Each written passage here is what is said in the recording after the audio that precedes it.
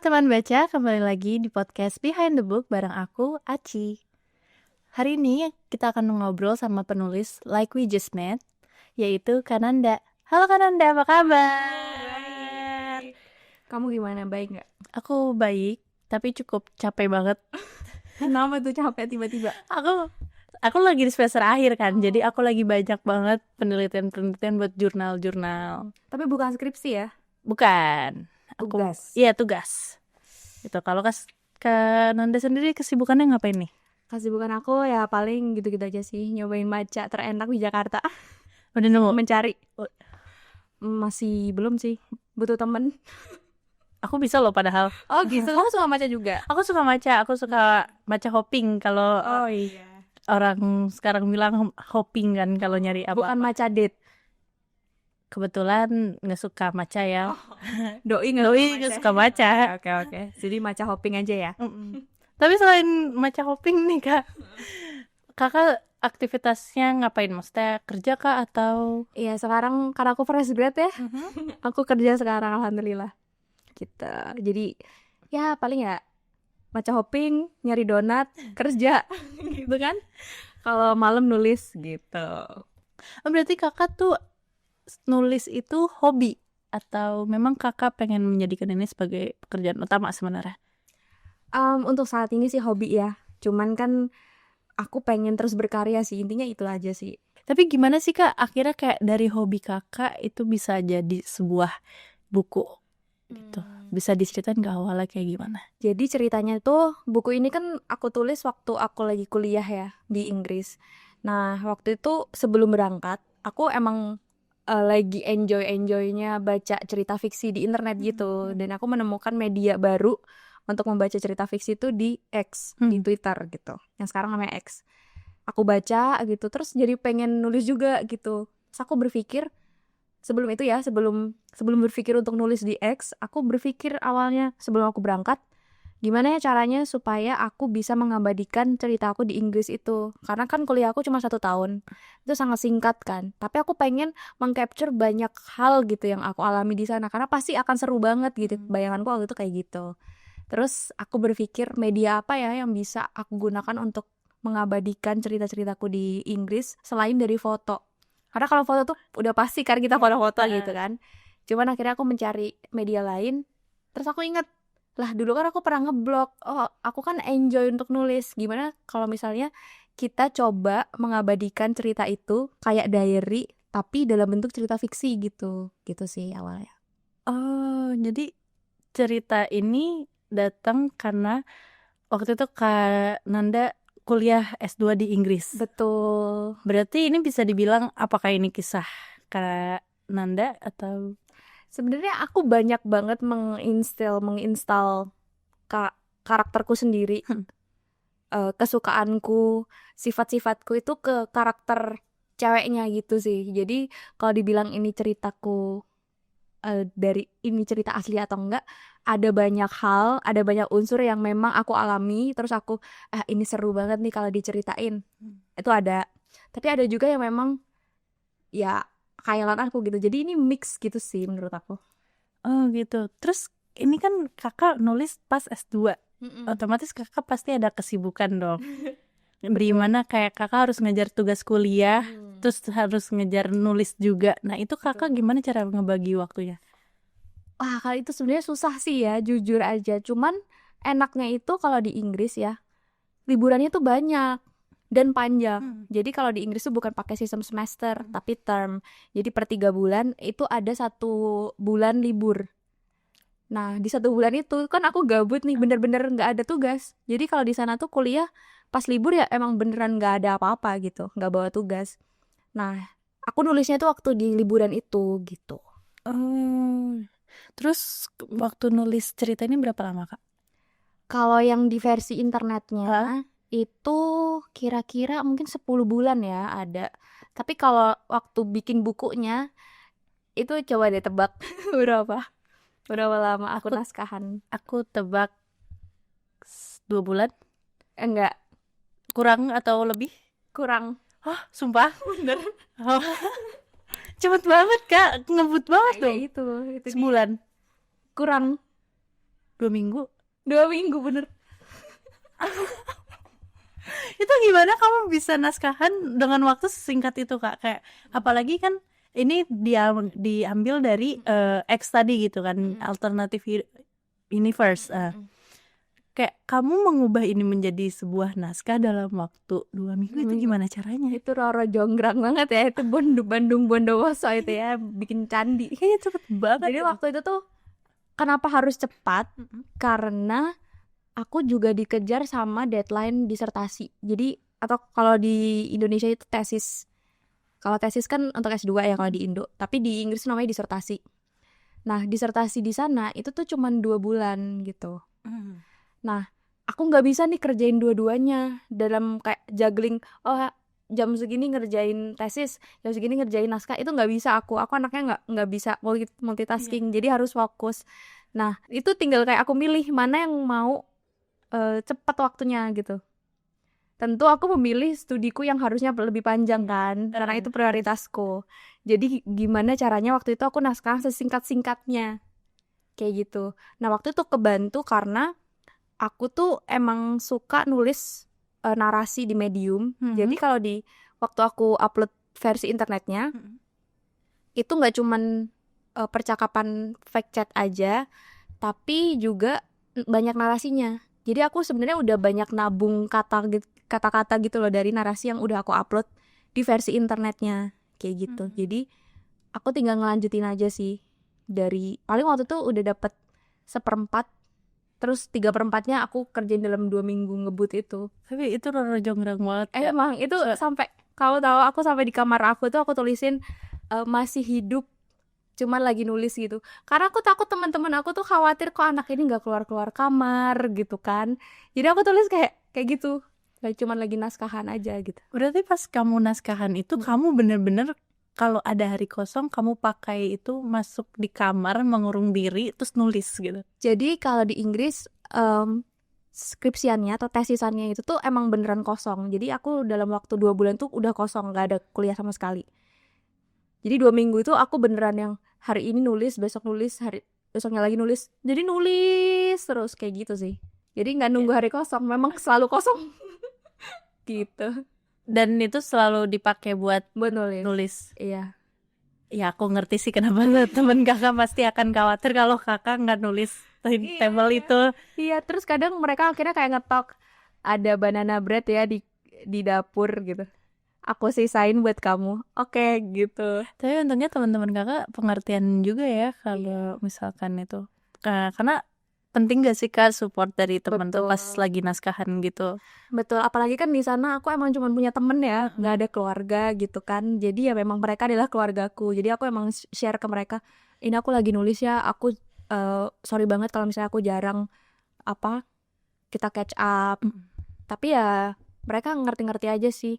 Cuman pada akhirnya kalau misalnya aku udah terlalu lama nggak keluar dari kamar, mereka kayak ini nih cuacanya lagi bagus, ayo jalan yuk ke town, kayak cuman beli bahan makanan atau jajan kayak gitu sih. Iya, sweet banget teman-teman kakak.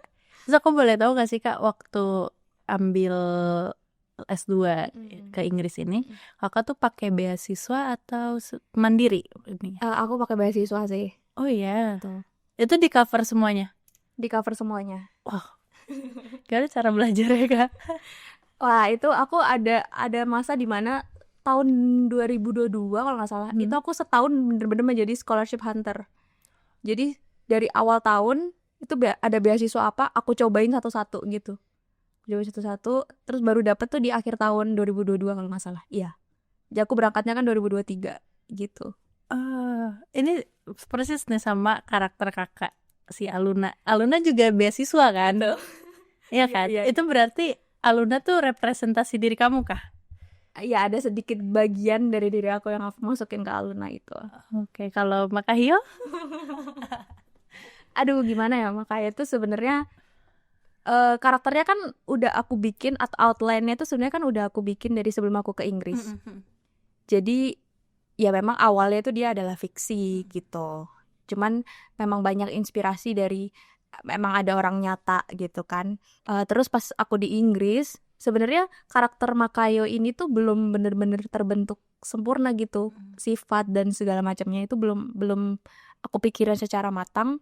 Jadi waktu nulis ini bener-bener ngalir aja, karena kan aku pengennya ini kayak berasa walking diary gitu kan.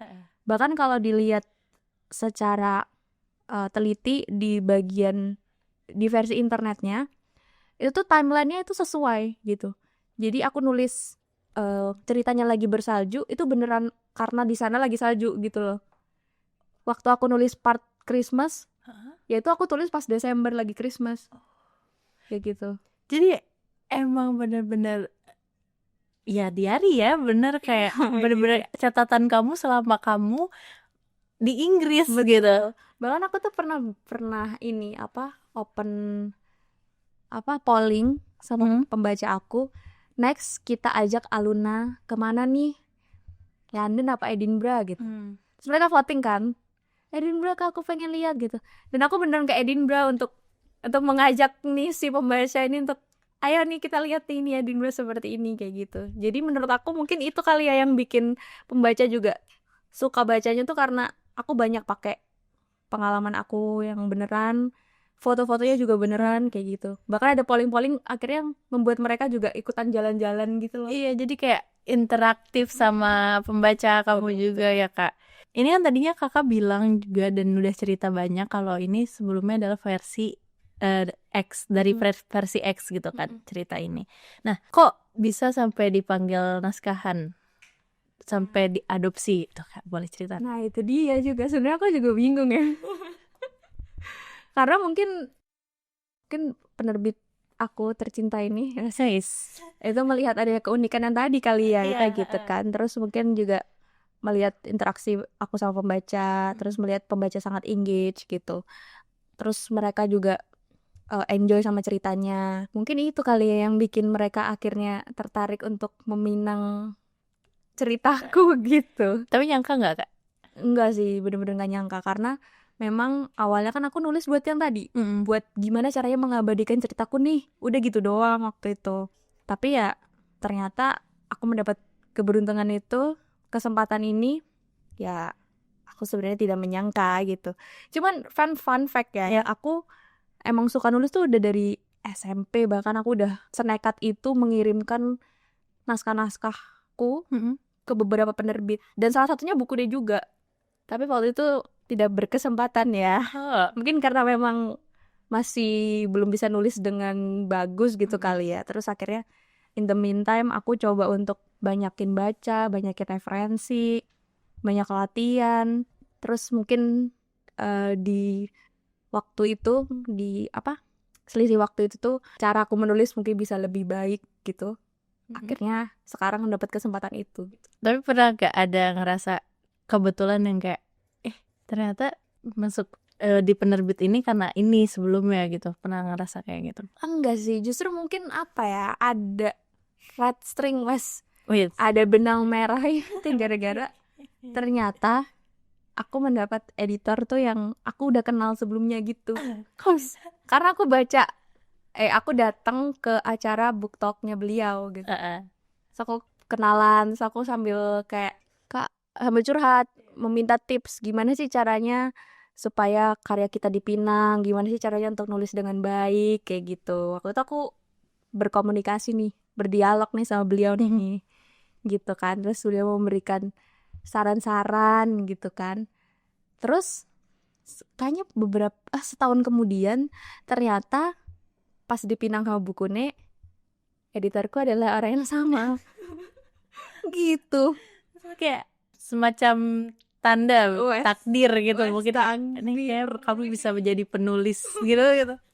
Iya. Nah, mungkin ya. Kamu udah kepikiran buat publish cerita baru belum nih?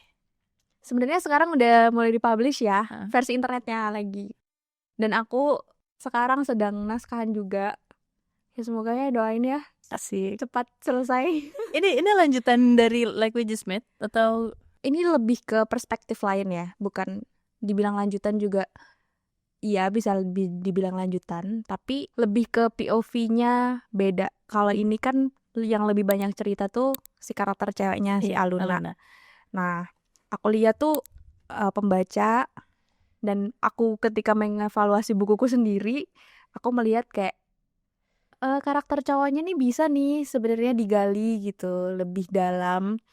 Ya akhirnya ceritaku yang kedua ini adalah tentang si sudut pandangnya yang karakter cowoknya Makayo itu. Berarti spin off dari Makayo. Ya, gitu. Nah, tadi kamu belum menjawab pertanyaan aku. Oke, apa tuh? Makayo itu kan tadinya dibentuk sebagai sebelum kamu ke Inggris. Ya. Nah, itu tuh berarti ada inspirasi nyatanya nggak sehingga kamu bisa menjadikan dia itu sebagai karakter fiksi kamu gitu. Sebenarnya inspirasi awalnya tuh ada, ya kan? Cuman kemudian selama di Inggris, kalau diperhatikan nih di bagian awal ini kan aku bilang untuk orang-orang yang aku temui dalam perjalanan gitu kan.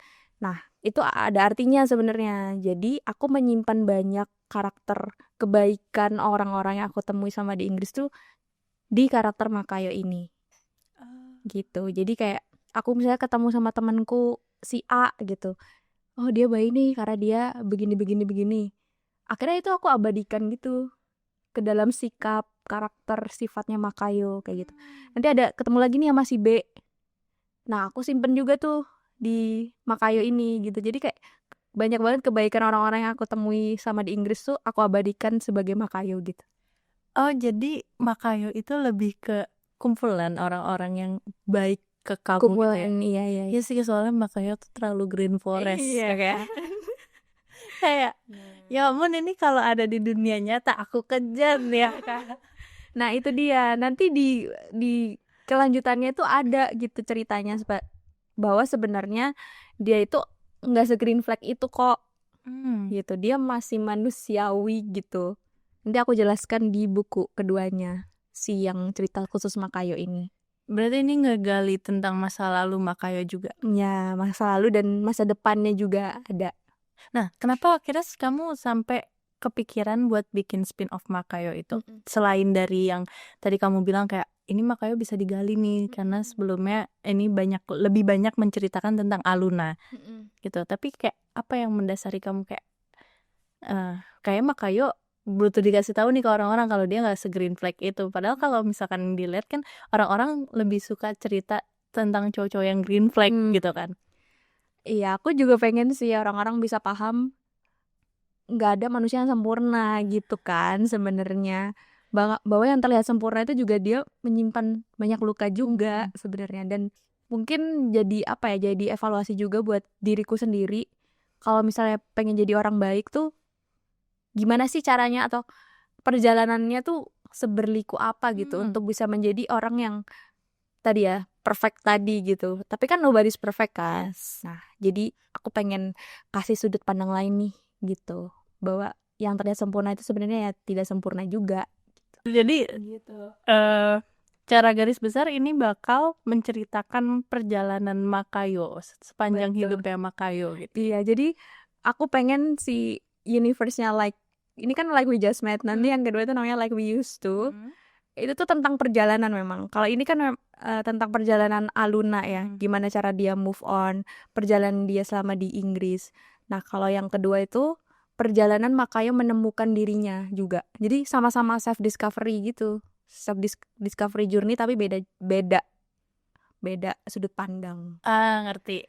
Karena Makayo tuh juga sebenarnya kan kalau ini kan Aluna tuh pengen berkelana kan ceritanya.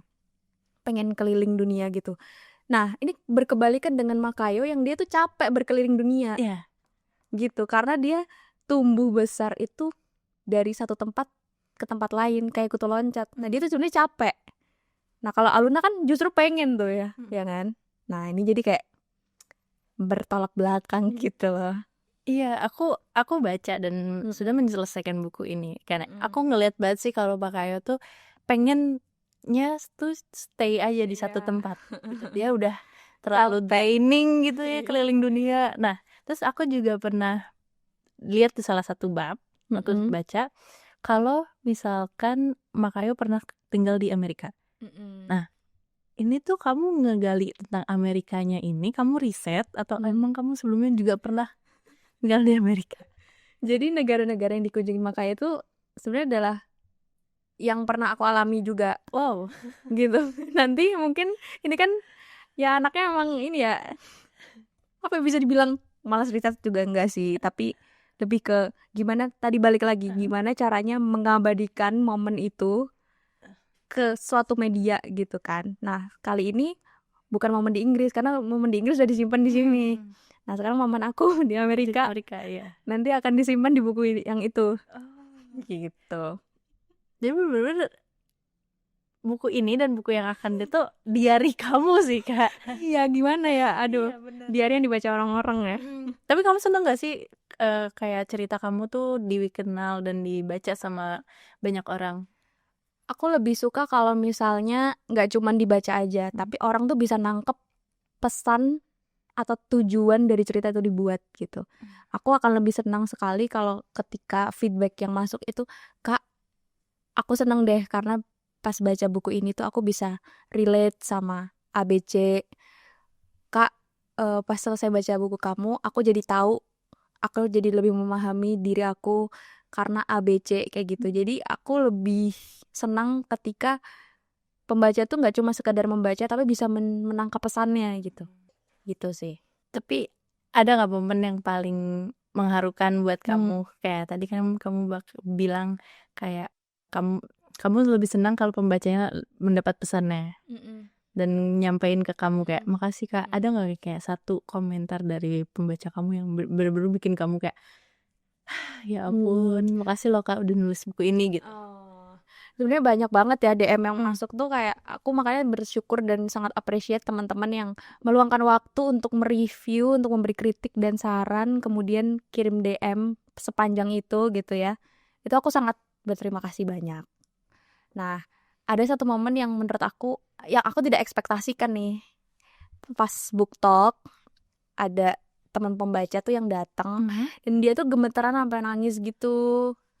Terus aku juga bingung kenapa ya gitu kan. Terus dia cerita ternyata dia tuh pernah juga mengalami toxic relationship seperti yang Aluna alami. Terus gara-gara baca buku ini dia jadi punya keinginan untuk, Kak, aku jadi ingat sama mimpi masa kecil aku kayak Aluna. Ini kan Aluna sedang berusaha untuk mewujudkan mimpi masa kecil dia kan. Dan dia akhirnya jadi termotivasi untuk melakukan itu. Aku akan balas dendam sama mantan aku yang nyakitin aku dengan cara yang apa ya, dengan caranya Aluna untuk dibalas dengan prestasi gitu loh. Classy girl. Classy girl, kayak gitu, slay. Nah gitu, itu aku bikin kayak wah seneng banget gitu. Dan itu nggak cuma satu ya, ada beberapa juga teman-teman pembaca yang bilang, Kak, gara-gara baca buku kamu aku jadi berani bermimpi lagi. Aku jadi inget nih, aku pengen kuliah ke luar negeri. Kak, aku mau mencapai mimpi aku gitu. Jadi, nah itu momen yang aku, wah, berarti mereka nangkep. Iya. Kayak gitu. Karena aku pengen sebenarnya menyuarakan gitu, mengajak teman-teman semua untuk, ayo jangan takut untuk bermimpi gitu. Dan itu jadi motivasi kamu juga gak sih kak dalam menulis? Jadi kayak ternyata aku bisa loh menyemangati orang lain. Iya, Ternyata aku bisa loh kayak menyadarkan orang lain gitu.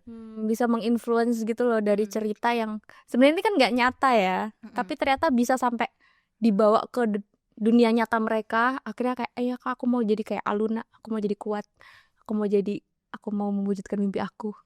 Aku senang banget sih. Aluna ini kan juga apa ya, sebenarnya mimpinya itu juga tertunda kan. Nah, aku juga pengen sebenarnya menyuarakan itu, kalau nggak apa-apa mimpinya itu nggak terwujud sekarang gitu. Mungkin nanti, mungkin ketika kita memang sudah siap kayak gitu. Jadi kayak ngasih tahu juga ke teman-teman ya nggak usah takut kalau misalkan itu tertunda karena pasti akan ada datang waktunya, akan ada dimana hal itu tuh bisa terwujud gitu. Iya. Dan lagi pula hidup bukan perlombaan. Betul. Kayak aku dulu yang tadi aku sempat cerita, aku pernah pengen jadi penulis tuh sebenarnya udah dari lama. Sama kayak Aluna, aku tuh sebenarnya kan ya aku kan memasukkan karakter Aluna, karakterku ke Aluna ya. Udah dari dulu, udah dari kecil pengen jadi penulis. Bahkan tadi aku cerita dari SMP, uang lebaran aku tuh itu aku pakai duitnya buat ngeprint banyak naskah karena waktu itu tuh penerbit-penerbit itu tidak menerima via email aja. Tapi ada yang email, ada yang kita kirim naskah fisik gitu. Kan ngeprintnya banyak tuh ya. Tapi nggak ada yang mau nerima. Nah, terus aku ada masa dimana aku berhenti nulis juga bertahun-tahun. Terus baru nulis lagi kemarin ini. Terus ternyata malah dapet kayak gitu. Jadi ya nggak apa-apa, bener. Hidup bukan perlombaan. Itu perlombaan dengan diri sendiri sih menurut aku ya. Tapi hal kayak gitu baiknya diminimalisir gitu loh, kayak kadang kita perlu sadar nggak sih, kayak nggak semua apa yang kita inginkan dapat terwujud di hari itu juga. Betul. Yang penting tuh evaluasi diri terus sih. Betul. Karena mungkin ada ya orang yang ngerasa, oh mimpi aku nggak terwujud nih, tapi dia melakukan hal yang sama. Terus kemudian setelah beberapa lama, kok tetap nggak terwujud aja ya, aku sampai kapan nih harus sabar kayak gitu misalnya. Nah itu sebenarnya perlu dicari tahu juga nih, apakah dia evaluasi diri atau enggak, betul. apakah dia mengimprove atau enggak gitu. Nah kalau Aluna kan mungkin dia tidak terwujud nih, tapi dia banyakin baca, dia banyak referensi, dia banyak latihan. Pada akhirnya ya hari itu akan datang gitu. Yang penting improve diri aja terus kayak gitu. Mau belajar gitu ya. Mau belajar, benar. Oke, balik lagi ke buku kakak nih soal kepenulisan. Menurut kakak part apa yang paling susah dari nulis? Part yang paling susah dari nulis itu sebenarnya memasukkan rasa sih menurut aku ya. Kenapa? Biar pembaca tuh kalau baca atau kita sendiri pas baca itu tuh ngerasain emosi dari karakternya. Itu yang susah menurut aku, memasukkan rasa, perasaan dari apa yang kita rasain nih pas nulis, disalurkan lewat kata-kata, dan itu harus nyampe juga nih ke pembaca. Iya sih. Nah itu sih susah banget sih. Terus cara kamu mengatasi itu gimana, Kak? Biasanya aku baca berkali-kali lagi gitu. Dan aku tuh anaknya kan F ya, feeling ya. Jadi kalau misalnya aku lagi ngerjain scene atau dialog yang marah gitu, aku bisa sampai energiku beneran draining asli gitu. Jadi kayak lagi nulis konflik nih misalnya, itu kan sangat energi draining banget ya. Iya. Udah setelah itu biasanya aku review, aku baca lagi ke atas, itu aku tutup karena capek. Nah jadi yang aku lakukan adalah aku baca lagi, kalau itu nggak bisa bikin aku marah atau kesel, aku akan ulangin lagi sih. Berarti tuh kalau misalkan nggak bikin marah, kamu anggap itu teksnya gagal? Kurang sih, itu harus diimprove. Terus kalau misalkan, kan ada orang yang bisa aja menulis feeling itu dengan kayak ditemani lagu-lagu atau makanan kesukaan gitu. Kalau kakak tipe yang kayak gitu juga nggak? Aku ya bisa iya bisa enggak sih, karena kalau aku ditemani lagu-lagu biasanya aku malah karaoke. Gitu aku pasti nyanyi ikutan gitu lagu apapun. Biasanya kan orang kalau nulis adegan galau, nangis gitu dengan lagu galau, itu aku malah karaoke sih. Jadi kalau aku sih lebih ke mungkin musik klasik gitu kali ya. Yang tenang berarti. Yang tenang gitu. Berarti benar-benar kamu suasana kalau dalam menulis itu kamu lebih suka tenang. Tenang, benar. Kebalik ya sama aku. Oh iya, kamu harus. Terus kalau aku nugas tuh aku harus di tempat yang ramai. Oh, tapi denger musik nggak? Iya, pakai earphone tapi tempat yang ramai gitu. Aneh nggak sih? Aku bisa kalau ramai juga bisa. Tapi aku diem. Jadi nggak ada suara yang hanya untuk aku gitu loh. Oh, ngerti. Jadi bukan suasana sekitarnya diem atau rame tuh enggak, tapi kayak nggak ada suara yang memang hanya untuk aku gitu. Kalau lagu kan untuk aku doang kan. Itu aku nggak bisa tuh kayak gitu. Karena aku pasti nyanyi ikutan. Sama sih. Kalau kayak gitu ya berarti aku juga sama kayak kamu. Kalau misalkan lagi sendiri di kamar, kita lagu. Udah nggak selesai. Tugas aku tidak selesai. Bener susah itu. Oke. Kak, ada nggak nih harapan buat diri kakak sendiri ke depannya, terutama dalam progres menulis? Aku pengennya sih menjadikan menulis ini tuh sebuah kebiasaan ya. Karena kalau sekarang tuh aku masih menulis kalau ada kosongnya aja gitu. Nah aku tuh nggak pengen tuh ke depannya kayak gitu. Aku pengennya ya menulis adalah bagian dari rutinitasku gitu. Fun fact ya, aku tuh karena sekarang lagi ngerjain yang lanjutannya ini, aku ngeset deadline-ku sendiri kan, dan ngeset targetku sendiri. Sehari harus 2000 kata. Nah, untuk sekarang aku tuh masih yang aduh, kadang tuh sehari nggak nulis sama sekali, kadang 2 hari 3 hari nggak nulis sama sekali. Nah itu aku nggak pengen kedepannya tuh kayak gitu. Aku harus menulis barang cuma 1 kata sehari untuk menjadikan itu kebiasaan dan rutinitas gitu. Aku pengennya kayak gitu sih untuk diriku sendiri. Ningkatin produktivitas dalam menulis gitu ya. Betul, karena kalau kata Bang Raditya Dika Wis. Apa tuh? soal kerap banget. Intinya adalah ini kata-kata aku tidak sebagus Bang Radit ya. Iya, nggak apa-apa, improve aja, maaf ya Bang Raditya Dika. Intinya adalah nulis jelek tuh nggak apa-apa gitu, karena itu bisa diperbaiki daripada halaman kosong yang terus-terusan kosong gitu, karena ya nggak ada yang harus diperbaiki karena kan kosong. Benar ya, benar. Jadi kayak kalau beliau ini memberikan nasihat, ya nggak apa-apa, nulis aja, jelek tuh bisa diperbaikin. Betul. Gitu. Kalau kosong ya benar, apa yang mau diperbaiki dan apa yang akan dijadikan karya gitu kalau kosong kan. Iya. Gitu. Makanya itu juga sebenarnya yang selalu aku sampaikan juga nih ke teman-teman pembaca yang ingin menulis adalah tidak perlu menunggu tulisan itu perfect. Yang penting nulis aja gitu. 1 kata, 2 kata. Lama-lama kalau udah kita nancep nih ya, biasanya itu langsung ngalir aja gitu kan. Aku setuju sih Kak. Kayak kamu nulis juga kan? Iya, aku nulis juga kebetulan. Dan awalnya tuh aku sangat amat takut untuk menulis, apalagi takut jelek gitu. Iya, takut jelek, apalagi orang-orang tahu background aku adalah sastra. Wah iya sih. Iya, ekspektasinya langsung tinggi gitu. Iya, orang-orang tuh langsung pasang ekspektasi kayaknya orang kalau nulis pasti bagus gitu ya, anak sastra. Ini tapi kayak lama kelamaan aku ngerasa enggak kok, nulis tuh nggak perlu terlalu bagus, yang penting aku mau menyuarakan apa yang ada di kepala aku di dalam bentuk tulisan. Itu tuh udah sekedar cukup dari progres yang harusnya dilakukan menurut aku. Dan itu tuh menulis tuh juga apa ya, bentuknya tuh nggak harus yang gimana-gimana juga ya. Maksudnya kita nulis di notes yang kayak hari ini aku ketemu sama penjual gorengan gitu doang tuh sebenarnya udah bisa jadi latihan kan? Iya, itu udah jadi sarana latihan. Kayak tadi kan kakak nyebutin kayak ini adalah diary dan kayak itu tuh justru malah menginspirasi aku gitu loh Kak. Jadi aku tadi habis ngobrol sama kamu, aku langsung kepikiran kayak iya ya, kenapa aku nggak bikin cerita hidupku jadi sebuah karya gitu. Sedangkan aku udah tahu cara menulis kebiasaan aku tuh seperti apa gitu. Aku udah tahu aku ngelakuin apa aja, kayak kenapa itu nggak dituangin aja gitu. Iya, sebenarnya untuk membuat karya pertama tuh menurut aku ya gampang-gampang susah. Gampangnya adalah kita bisa start dari cerita kita sendiri. Bener. Itu kan orang yang paling kita kenal, orang yang paling kita tahu. Ya jadiin aja itu karakter fiksi gitu. Oh iya, bener juga. Gitu. Ya setuju gitu sih. Nah, oke. Kalau tadi kita udah ngebicarain soal harapan untuk diri kita sendiri gitu, ada nggak harapan ke depannya buat buku kakak ke depannya? Aku berharap ya semakin banyak yang baca.